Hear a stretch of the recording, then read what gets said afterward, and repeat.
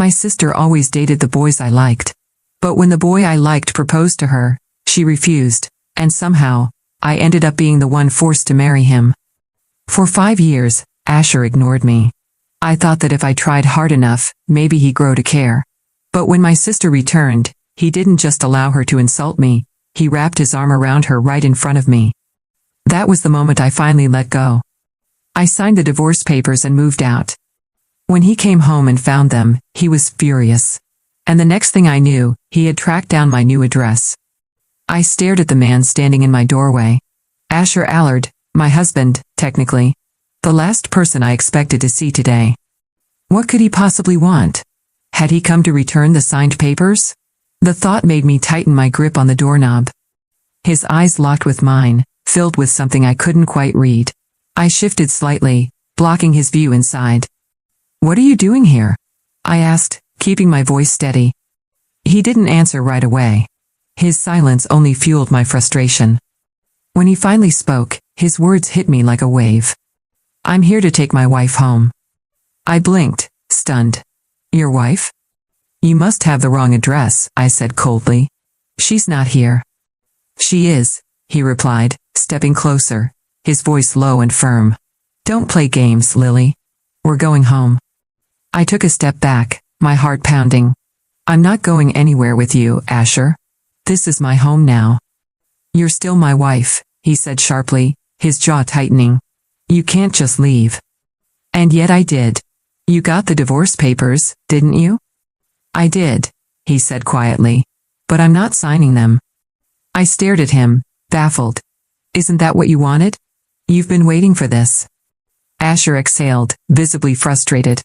"We have an agreement, Lily. Do I need to remind you what happens if you break it?" I stood straighter.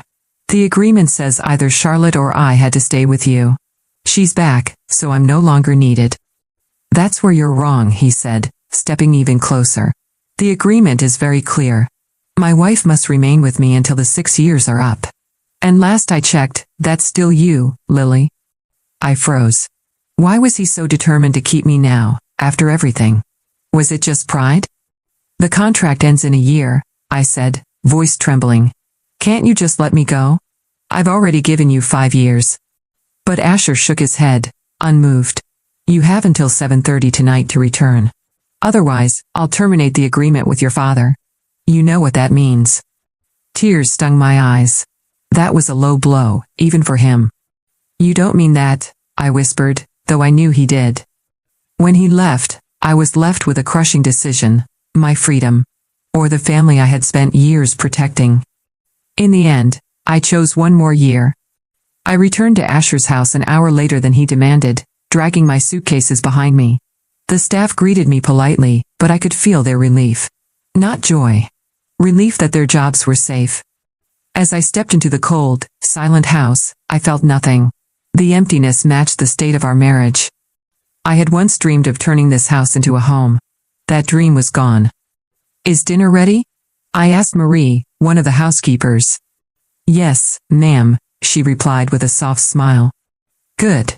I'll eat now." I wasn't going to wait for Asher anymore. Meanwhile, in his office, Asher sat distracted as Charlotte spoke. "Asher, are you even listening to me?" she snapped. "I'm sorry. What were you saying?"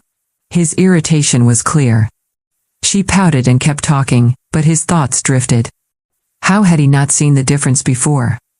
Charlotte's perfume was overpowering. Her words rehearsed. Her touch calculated. I had been real. "Asher, let's stay at a hotel tonight," she said, her voice sultry.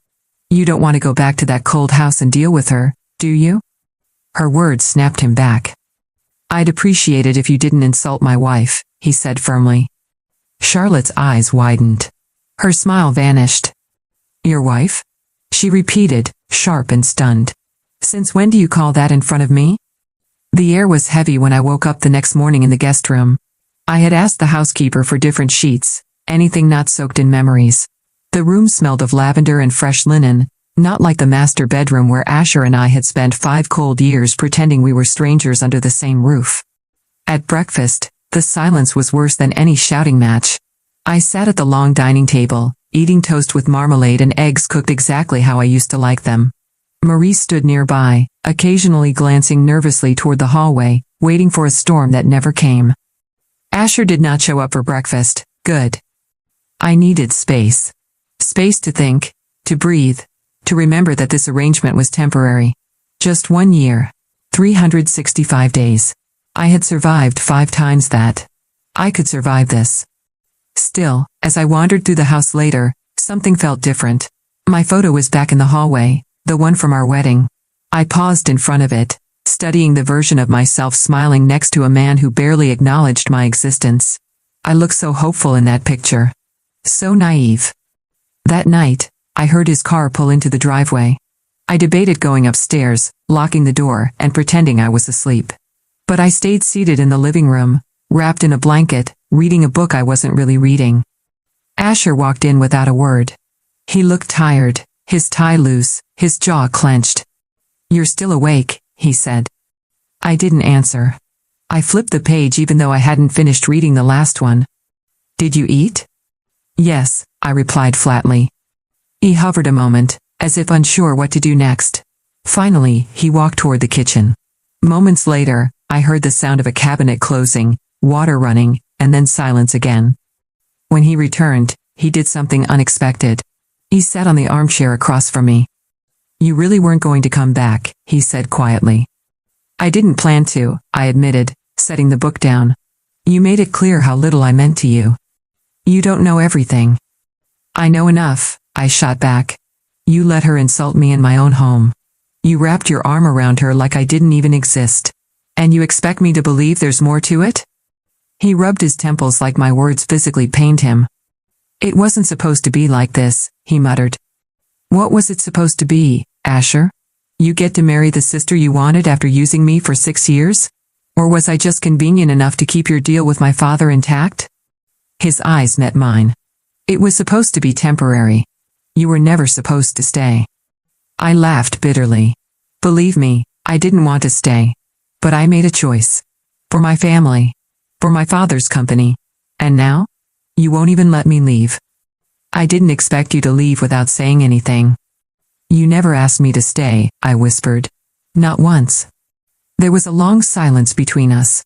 Then, softly, he said, "I noticed the flowers are gone from the balcony." I blinked, caught off guard. "They died. A while ago. You used to take such care of them." "People stop watering things that stop growing," I murmured, standing up. He didn't follow me as I climbed the stairs. But I knew he would be watching. And I knew this time, I wasn't going to let him break me again. The next morning, I woke to the sound of birds chirping outside the window. For a moment, I almost forgot where I was. The soft sheets, the muted sunlight through the curtains, it felt peaceful. But then I remembered. I was back in the house I had once called home, back in a cage made of marble and silence. Downstairs, I found a fresh pot of coffee waiting. Marie had always been kind. She gave me a small smile as I entered the kitchen. "Good morning, ma'am," she said gently. "Morning," I replied, pouring myself a cup. "You have a visitor," she added after a beat. I turned sharply. "Who?" "Your sister." My heart dropped. I walked into the sitting room and there she was, Charlotte, dressed in one of her flawless designer outfits, lounging like she owned the place. She stood up when she saw me, her lips curling into that familiar smirk. Well, back already?" she said. "You didn't even last a week." I didn't answer. I walked past her, choosing the farthest chair in the room. "I came to see Asher," she added, examining her nails. "We had plans." I raised an eyebrow. "He's not here." "That's unfortunate," she said, pretending to pout. "He left some of his things at my place. I thought I'd return them." My blood boiled. She was doing this on purpose. "You can leave them with the staff," I said coldly. She shrugged. "Suit yourself. But you should know he looked really good last night. We had dinner, drinks, talked about old times." I clenched my jaw but said nothing. Charlotte leaned forward, voice dripping with false concern. "You really think coming back will make a difference? You're just a placeholder, Lily. You always have been." I stood up. "And yet, I'm the one wearing his ring." She laughed. For now. I turned and left before I could say something I'd regret. My hands shook as I climbed the stairs. I should have been used to her cruelty by now, but somehow, it still cut deep. Later that day, Asher returned. I heard his footsteps in the hallway, but I stayed in my room. A knock came shortly after. "I'm busy," I called out. The door opened anyway. "I told you I was busy." "You let her in," he said, ignoring my glare. "I didn't invite her. She came on her own." "And you didn't throw her out?" I stared at him. "You should be asking her that, not me." He ran a hand through his hair, visibly frustrated. "I'll handle her." I crossed my arms. "Why is she still around, Asher?" "She doesn't matter," he said quickly. "She mattered last night, didn't she?" I snapped. "Dinner, drinks, memories?" His jaw tensed. "You think I don't see it? You're torn between guilt and pride. You don't love me, Asher. You just hate losing." He looked away. "It's not that simple." "No," I said. "It is. You wanted her, and when she said no, you settled for me. Now that she's back, you want to keep us both in your orbit, like some twisted safety net." He took a step forward. "That's not fair." "Neither was this marriage," I replied. There was a long pause between us. "I'm not signing the divorce," he said at last. "And I'm not staying forever," I replied just as firmly. "You gave me a choice. I chose to return for one more year. But when that year ends, so do we." He didn't argue. He just looked at me for a long moment before leaving the room. And for the first time in years, I felt like I had the power. The next few days passed in tense silence. Asher kept his distance, but I could feel his presence like a shadow that followed me through every hallway. He didn't touch me, didn't ask me to talk, didn't even look at me unless absolutely necessary. But he watched me. He watched when I walked into the kitchen. Watched when I passed the study. Watched from the balcony when I watered the new plants I asked Marie to bring in. His silence was no longer cold. It was curious, almost cautious. On the fourth night, I found a package at the foot of my bedroom door. No note. Just a box wrapped in silver paper. I hesitated before opening it. Inside was a pair of ballet flats, the exact style I used to wear before we got married. I hadn't bought anything like that in years. They were simple, soft, and familiar. The kind of thing that reminded me of who I had been before I became Mrs. Allard. I put the lid back on and left the box outside his office door without a word. That night, I heard muffled voices downstairs. I didn't want to listen, but my feet moved on their own. "You're distracted lately, Asher," Charlotte said, her tone laced with irritation. "I'm working," he replied. "Working? You're babysitting her. That's what you're doing." "I'm fulfilling my agreement." "You didn't care about that before. Now suddenly you're playing house with her again?" There was a pause, and then I heard her voice soften. "Do you still love me?" I pressed my hand against the stair rail. "No," he answered, calm, final. The silence that followed was louder than any scream. "You're lying," she whispered. "I'm not," he replied. "And I think you should stop coming here." "You don't mean that." "I do." I backed away quietly, heart racing. Later, I heard the front door close, then silence again. The next morning, Asher was waiting at the dining table. "Good morning," he said, like it was the most normal thing in the world. I sat down, keeping my guard up. "Morning." He poured me coffee. No comment, no explanation, just coffee. I looked at him. "Why did you say that to her?" He met my gaze. "Because it was true." I frowned. "Since when?" He sighed. "I don't know. Maybe it happened slowly. Or maybe I just never saw things clearly." "And now?" He hesitated. "Now I see you." I blinked, caught off guard by his words. "You don't have to say anything," he cut in gently. "I know I've done more damage than I can fix. But I meant what I said. I see you. And I'm sorry." I didn't respond. I couldn't. Not yet. That afternoon, a letter arrived. It was from my father. The envelope was thick, the handwriting formal. I opened it with shaking hands. Inside was a single sheet of paper. "You are doing the right thing. One more year. Then freedom. Proud of you. For the first time in a long time, I cried. Not because I was broken, but because someone had finally seen how hard I was trying to hold myself together.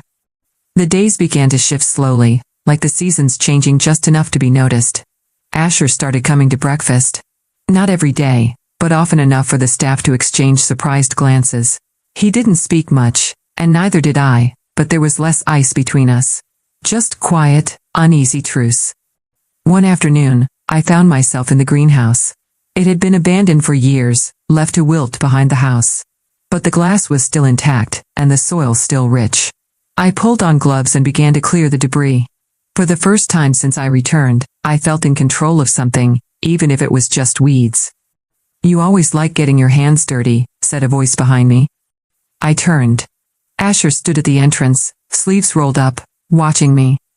I still do, I replied, wiping sweat from my brow. He stepped inside, slowly. Do you remember when you planted lavender out here? I nodded. It never bloomed properly. Too much shade. You were so disappointed, but you never gave up. I was young, I said, smiling faintly. I thought effort guaranteed results. We stood in silence for a while before he asked, "May I help?" I blinked. You want to garden? He shrugged. I've done worse things. I handed him a spade. It became a ritual after that. Each evening, after work, he would join me in the greenhouse. We didn't talk about our past, or the deal with my father, or Charlotte. We talked about flowers, soil, watering schedules. For a while, it was enough. Then came the night of the storm. Thunder shook the windows as rain lashed against the glass. I stood in the hallway watching it pour, arms crossed tightly around myself. I hated storms. They reminded me of nights spent alone in that cold master bedroom, waiting for a husband who never came home. Asher found me there. Are you all right? He asked, his voice gentle. I don't like storms, I said. He stood beside me. Close, but not touching. Come with me, he said quietly. He led me to the study, warm and softly lit, a fire already crackling. A blanket lay folded on the couch, with 2 cups of tea waiting on the table. You planned this? I heard the forecast, he admitted. Thought you might need a quiet place. I sat down cautiously. Why are you doing this? He sat across from me, his expression unreadable. Because I want to. I shook my head. You ignored me for 5 years. I know. You let my sister treat me like trash in front of you. I know. You never once defended me. Not once. His voice cracked slightly. I know. And I can't fix that. The fire flickered between us. But if I could go back, he whispered, I would have chosen differently. I would have chosen you. I didn't cry. Not because it didn't hurt, but because I didn't trust those words yet. Not from him. Still, I sipped the tea. Still, I stayed until the storm passed. And when he reached for my hand, I didn't pull away. After the storm, something in the house changed. Not just in the air, but in the way we moved around each other. The tension was still there, but it no longer felt like a wall. It was something softer, something that left room for breath. Asher no longer avoided me. He started leaving small gestures behind, a cup of hot tea when I worked late in the greenhouse, a blanket folded neatly on my reading chair, music playing low in the evenings, classical pieces I used to hum in the kitchen without realizing. I wanted to believe it meant something. But part of me still waited for the floor to collapse. One afternoon, I received a call. It was my mother. Lily, she said, her voice cautious. We heard you went back to him. I hesitated. It's temporary. I hope you know what you're doing. I didn't reply. She never approved of the marriage in the first place, though she stayed silent for my father's sake. But this was different now. I wasn't trying to please anyone anymore. That same night, Asher asked me to have dinner with him, not in the usual cold dining room, but on the back patio, overlooking the garden. I thought we could eat here tonight, he said, gesturing to the small table lit by soft candles. It's nicer out here. I nodded slowly. All right. We ate in silence at first. Then, halfway through the meal, he surprised me. I've been reading the journals you left in the library, he said. My fork paused. You read them? He nodded. I had no idea you felt that alone. They were never meant for you. I know. But I'm glad I read them. Why? I asked, wary. Because I finally understand, he said quietly. What I did to you. I stared at him, trying to read the sincerity in his eyes. You married me, I said. And then you left me in every way that mattered. He didn't argue. I was angry when Charlotte said no, he admitted. But marrying you wasn't punishment. It just happened. And I convinced myself it would be easier if we stayed distant. I thought it would hurt less that way. You were wrong. I know. We finished our meal under the stars, and as I stood to leave, he reached for my hand. Stay a little longer? I should have said no. I should have walked away. But I stayed. We sat side by side, not touching, not speaking, just watching the night sky together. The next morning, I woke to find a note slipped under my door. Would you come with me this evening? There's something I want to show you, eh? I stared at the paper for a long time. That evening, I found him waiting by the car. He drove us in silence until we reached the edge of the city. Then he parked by a small lot near an unfamiliar building. It was still under construction. What is this? I asked. A community center, he said. For women rebuilding after divorce, abuse, loss. I turned to him, stunned. I've been working on it privately for the last year, he explained. Reading your journals. It made me realize how many women feel forgotten. I wanted to do something. I felt tears sting the back of my eyes. Why are you showing me this? Because it wouldn't exist without you, he said. And because I want to be better. For you. Even if it's too late. I couldn't speak. And for the first time since our wedding day, I felt like maybe, just maybe, I wasn't invisible anymore. The drive back from the construction site was quiet, but it wasn't uncomfortable. Asher didn't press me to speak, and I didn't pretend to have anything figured out. My mind was a whirlwind of thoughts, all tangled in the memories I had tried so hard to bury. Back at the house, he walked me to the front door like a proper gentleman. Before I could step inside, he gently touched my elbow. Lily, he said softly, I know you're still hurting. I don't expect you to forgive me. I just needed you to see that I'm trying. I met his gaze, and for the first time, I saw no pride in it. No smugness. Just the weight of regret. I saw it, I replied. I just don't know what to do with it yet. He nodded. Take your time. I went to bed that night with questions swirling in my chest. Did I want to forgive him? Could I ever love him again? Or had too much been broken to put anything back together? The next morning, I woke up to sunlight and silence. No storm.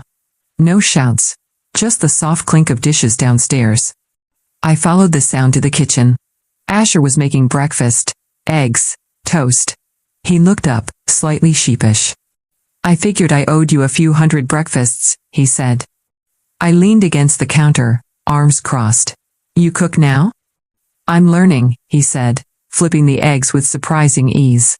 Turns out, watching 5 years of cooking shows has some use. I almost smiled. Almost. He handed me a plate and we sat at the table, side by side.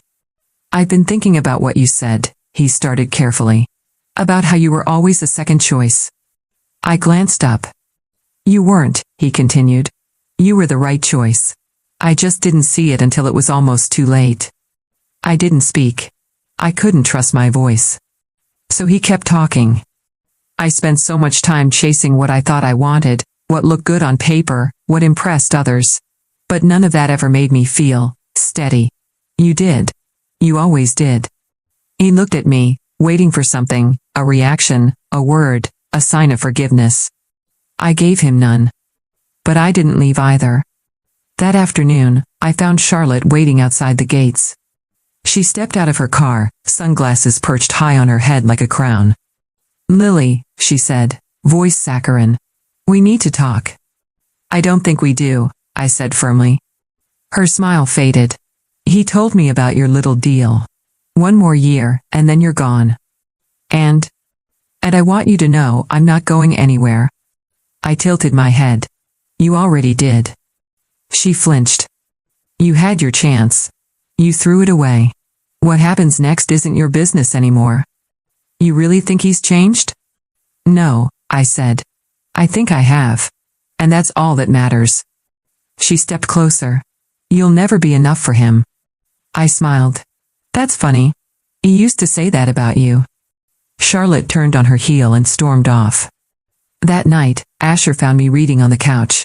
He looked exhausted, but he sat beside me without a word. After a long pause, he said, She came by today. I know.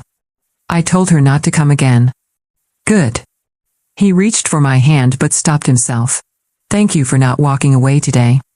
I almost did, I admitted. What stopped you? I looked at him, really looked at him. Because for the first time, I think you're finally seeing me. He didn't smile. He just nodded. And that said more than any apology ever could. The following week passed with a strange sense of calm. There were no more unexpected visits, no raised voices, and no silent glares across the dinner table. It was almost peaceful. But it wasn't love. Not yet. Not again. I spent more time in the greenhouse. The lavender we planted together had begun to sprout, and Asher brought in a small wooden bench, placing it by the window. For you, he said simply. So you can read in here. I nodded, unsure how to respond to gestures that felt too kind for a man I once resented. That evening, we cooked dinner together. It was awkward, messy, and full of burned onions. But we laughed. And for the first time in 6 years, it didn't feel forced. After dinner, we sat on the patio. No candles. No speeches. Just silence and stars. I used to sit here alone, I said quietly, and wonder if you'd ever come home. He looked down, shame thick in his eyes. I'm sorry. I shrugged. You don't have to keep saying that. Yes, I do, he said. Because the guilt doesn't go away just because you're still here. I took a deep breath. Do you regret marrying me? No, he answered without hesitation. I regret how I treated you. But I don't regret you. I didn't expect the tear that slipped down my cheek. But he noticed. He always notices now. I didn't cry for years, I admitted. Not once during our marriage. He looked at me. Why? Because I thought if I did, I'd never stop. He said nothing. Just reached over and placed his hand gently over mine. Then cry now, he whispered. I'll be here. The next morning, I received another letter from my father. This time, it was shorter. One more season, Lily. Then it's your life again. Be proud of how far you've come. I folded the letter and placed it in my drawer. I didn't cry this time. But my chest ached in a different way, not from pain, but from a growing sense of strength. That night, Asher knocked on my door. I want to show you something, he said. I followed him into the office. He handed me a folder. Inside were the legal papers, the agreement he had made with my father. His signature was there at the bottom. I canceled it, he said. You're free, now, today. I looked up, stunned. But why? Because I don't want you to stay because of a contract. I want you to choose. My throat tightened. And if I walk away? I'll let you, he said. But I'll still wait for you. However long it takes. I didn't say anything. I couldn't. He stepped back. Take your time. For 3 days, I didn't speak to him. I needed space to think. To remember who I was before all of this. Before being someone's duty. Someone's second choice. On the 4th morning, I walked into the kitchen. Asher stood there, just like always, pouring coffee. I took the cup from his hand. I'm not staying because of a deal, I said. His breath caught. I'm staying because for the first time, I feel seen. He didn't smile. He just pulled me into his arms, holding me like he never had before. Not out of guilt. Not out of fear. But out of hope. Fall came slowly that year. The leaves around the estate turned shades of gold and rust, drifting from the trees in quiet waves. For the first time in years, I didn't dread the change in season. I welcomed it. Asher and I fell into a rhythm. Not lovers. Not strangers. Something in between. We ate together. Talked sometimes. Walked through the garden in the evenings. There was still pain between us, but we had stopped picking at it. We let it breathe. One evening, while I was reading in the greenhouse, Asher joined me and sat on the bench he had brought in weeks before. I got a call today, he said softly. From a law firm. I looked up, waiting. They've been helping finalize the permits for the community center. It's ready. We can open next month. My eyes widened. That soon? He nodded. I want you to cut the ribbon. I shook my head. It's your project. No, he said. It's ours. I just didn't know it at the time. I didn't answer. I simply stared out the window, where the wind stirred the branches. I've made a lot of mistakes, Lily, he continued. But building that place made me realize something. I don't just want to fix what I broke with you. I want to grow something new. Something better. If you'll let me. My heart ached in the strangest way, not out of sadness, but out of the terrifying possibility of something good. That night, I couldn't sleep. I walked the halls alone, barefoot on the cold wood floors. Every painting, every vase, every piece of furniture held memories. Some painful, some silent, but all mine now. I paused outside the master bedroom. For 5 years, that room had felt like a prison. A place where I cried in secret, held my breath through arguments, and tried not to feel small. I had avoided it since returning, choosing the guest room instead. But something in me shifted. I turned the knob and walked in. It smelled different. No longer sterile. The room had changed. A small stack of books sat on the nightstand. The bedding was softer, lighter. There was a photo of us on the dresser, a candid one, taken by Marie without our knowledge. I was laughing, and Asher was looking at me like I was the only thing that mattered. The next morning, I moved my things back in. When Asher saw the open suitcase, he stopped in the doorway. You sure? He asked quietly. I nodded. I'm not pretending anymore. He stepped closer. Does this mean? It means I'm willing to try, I said. But I need honesty. I need effort.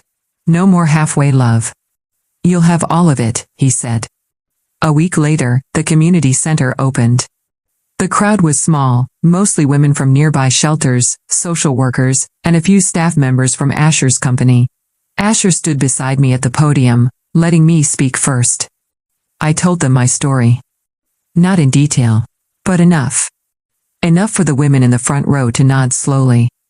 Enough for the girl near the back to wipe away a quiet tear. Afterward, Asher placed a gentle hand on my back.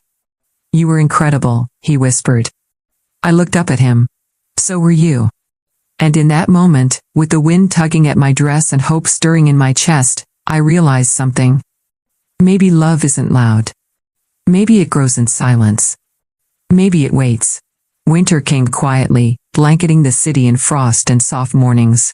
The house felt warmer somehow, even with the cold outside.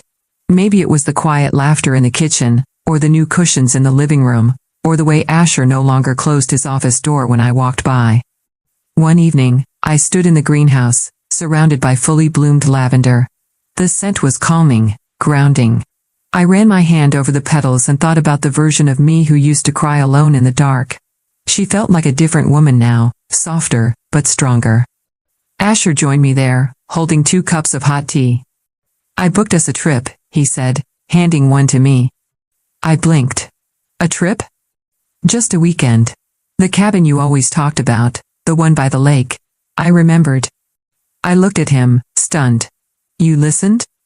He nodded. Not always. But I do now.